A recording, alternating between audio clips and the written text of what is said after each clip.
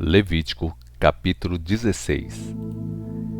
Depois que morreram os 2 filhos de Arão, porque se apresentaram erradamente diante do Senhor, o Senhor falou com Moisés. Disse ele: Previna o seu irmão Arão, que não entre a qualquer hora, sem necessidade, no lugar santo, atrás do véu.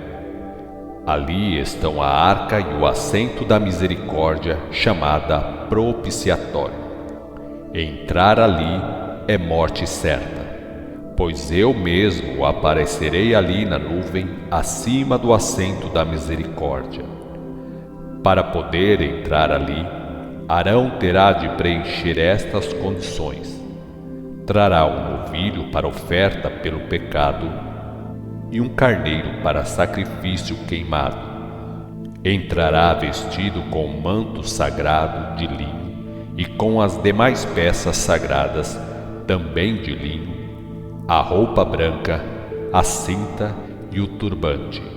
Só vestirá essa roupa sagrada depois de banhar-se. Do povo de Israel, trará 2 bodes para oferta pelo pecado e um carneiro para oferta queimada em favor do povo. Primeiro, Arão apresentará ao Senhor o novilho como oferta pelo pecado dele mesmo, para fazer expiação por ele e pela família dele. Depois, trará os 2 bodes à presença do Senhor, à entrada do tabernáculo. Ali, fará sorteio para decidir qual bode que deverá ser oferecido ao Senhor e qual deverá ser mandado embora. Razão porque é chamado bode emissário. O bode escolhido para o Senhor será sacrificado como oferta pelo pecado. O outro bode será apresentado vivo diante do Senhor. Sobre o bode emissário será feita a cerimônia de expiação, e depois será mandado embora para o deserto, levando com ele o pecado pago por meio dele. Depois, Arão sacrificará o novilho da oferta pelo pecado, para fazer expiação por ele e pela família dele. Pegará o aparelho de queimar incenso, cheio de brasas vivas, de sobre o altar diante do Senhor.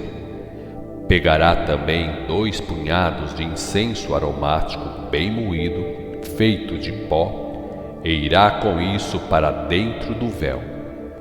Ali, diante do Senhor, ele porá o incenso sobre as brasas vivas, de modo que uma nuvem formada pelo incenso cubra o assento da misericórdia, o propiciatório, em cima da arca que contém as tábuas de pedra com os 10 mandamentos, como testemunhas do contrato do Senhor. Fazendo isso, Arão não morrerá. Ele trará ali um pouco de sangue do novilho sacrificado e com o dedo borrifará sangue na parte dianteira superior do propiciatório e borrifará sangue 7 vezes em frente dele. Depois, sairá para matar o bode da oferta pelo pecado em favor do povo. Tendo sacrificado o animal, entrará de novo, trazendo o sangue dele para dentro do véu. Ali, borrifará sangue na sede da misericórdia e em frente dela, como tinha feito com o sangue do novilho. Assim, fará expiação pelo lugar santo, para pagar a contaminação feita pelos pecados do povo de Israel. A expiação será também pelo tabernáculo, pois o tabernáculo fica no meio dos israelitas e está rodeado pelas impurezas deles. Enquanto Arão estiver no lugar santo, fazendo o necessário para cobrir os pecados do povo, ninguém ficará dentro do tabernáculo. Isto só poderá acontecer depois que ele completar a expiação, apagando os pecados dele, da família dele e do povo de Israel. Completada a cerimônia no lugar santo, Ele sairá e irá ao altar que está diante do Senhor. Ali fará expiação pelo altar. Para isso, molhará os chifres de todos os lados do altar com o sangue do novilho e do bode. Além disso, borrifará sangue 7 vezes sobre o altar com o dedo. Assim, o altar ficará purificado dos pecados do povo de Israel, e o altar será santo depois disso. Tendo feito a expiação pelo lugar santo, pelo tabernáculo inteiro e pelo altar, ele trará o bode vivo. Arão porá as 2 mãos sobre a cabeça dele. Nesta posição confessará as maldades, as transgressões, todos os pecados do povo de Israel. Deste modo, ele colocará sobre a cabeça do bode os pecados do povo. Depois, um homem encarregado deste serviço levará o animal para o deserto. Assim, o bode levará embora todos os pecados do povo para uma terra em que ninguém viva ali. Nesse lugar deserto, o homem soltará o bode. Em seguida, Arão voltará para dentro do tabernáculo. Ali tirará e deixará as roupas de linho que usou para entrar no lugar santo atrás do véu. Tomará banho no lugar santo e tornará a vestir aquelas roupas. Então sairá para oferecer sacrifício queimado por ele e outro pelo povo, fazendo expiação para apagar os pecados dele e do povo de Israel. Queimará também no altar a gordura da oferta pelo pecado. Aquele que tiver levado o bode emissário ao deserto terá de lavar em água a roupa e o corpo. Só depois que tiver feito isso, poderá entrar no acampamento. O novilho e o bode sacrificados como oferta pelo pecado serão levados para fora do acampamento. As peles, a carne e os intestinos deles serão queimados. O sangue deles tinha sido levado ao lugar santo por Arão para a cerimônia de expiação. A pessoa encarregada de queimar os restos dos animais sacrificados terá de lavar a roupa e tomar banho antes de voltar para o acampamento. A seguinte lei tem valor permanente para ser cumprida no dia 10 do 7º mês, e ninguém trabalhará nesse dia, nem os israelitas, nem os estrangeiros que estejam nas terras de Israel. Cada um tratará de fazer exame de consciência, exame sério e com espírito humilde. O repouso e o humilde exame de consciência servem de preparação para as cerimônias feitas para apagar pecados e para purificar, fazendo com que vocês fiquem espiritualmente limpos aos olhos de Deus. Portanto, atenção! Esse dia é dia de respeitoso descanso. É dia que passarão em silenciosa humildade. Esta lei é permanente. Nas futuras gerações, esta cerimônia será dirigida por aquele que for consagrado como sumo sacerdote no lugar de Arão, antepassado dele. Será consagrado com azeite derramado sobre ele, com que ele fica ungido. O sacerdote ungido usará as roupas sagradas de linho para cerimônias de expiação. Assim preparado, ele fará a expiação, apagando as impurezas e as contaminações do pecado. A expiação aqui referida é pelo lugar santo, o santuário propriamente dito, pelo tabernáculo em geral, pelo altar, pelos sacerdotes e pelo povo de Deus. Esta lei vale para sempre para vocês. É para fazer expiação, para cobrir os pecados do povo de Israel. E isso uma vez por ano. Arão seguiu todas essas instruções ordenadas pelo Senhor a Moisés. Levítico, capítulo 17.